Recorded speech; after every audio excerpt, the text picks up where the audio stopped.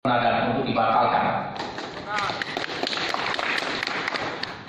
Kedua, kita sudah beranjak hampir 15 tahun Aceh ini dalam proses konteks damai Pak Sekda, di mana Aceh diberi kewenangan lebih oleh pemerintah pusat, baik itu dengan rangkuman Undang-Undang Nomor 11 Tahun 2006, begitu juga dengan Undang-Undang 44 Tahun 1999. Kita diberi kewenangan penyelenggaraan keistimewaan di Aceh. Namun belakangan Pak Sekda selaku Ketua TAPA, kami juga dikejutkan oleh informasi dari salah satu instrumen TAPA, yaitu Bapeda, bahwa dengan pemberlakuannya Kepmen 90 dan juga Kepmen 70 tahun 2019 tentang perangkat SIPD untuk memasukkan kegiatan-kegiatan program masyarakat, di mana item masjid yang kemudian menasah balai pengajian itu tidak tersedia menu dalam perangkat SIPD.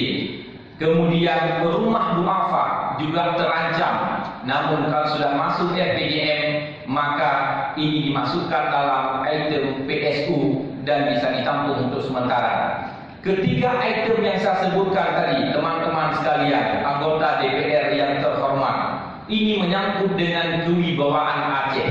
Pelaksanaan syariat Islam di Aceh sudah diatur sejauh mungkin, baik dengan Undang-Undang 44 maupun dengan Undang-Undang 11 tahun 2006. Jika kita melaksanakan instruksi Permendagri 90 dan 70 ini Pak Sekda, artinya Aceh menampar muka sendiri dan undang-undang yang sudah diberikan malah kita laksanakan. Saya mengajak kita semua dalam forum terhormat ini untuk melawan setiap kebijakan peraturan pemerintah, baik itu Permendagri yang melanggar dengan undang-undang kekhususan dan keislaman Aceh. Apabila masjid dan menasah serta balai pengajian tidak masuk dalam usulan APBA 2021, saya mengajak teman-teman untuk memboikot, tidak melakukan pembahasan APBA 2021. Jika setuju, jika kita setuju berjuang Pak Sekda,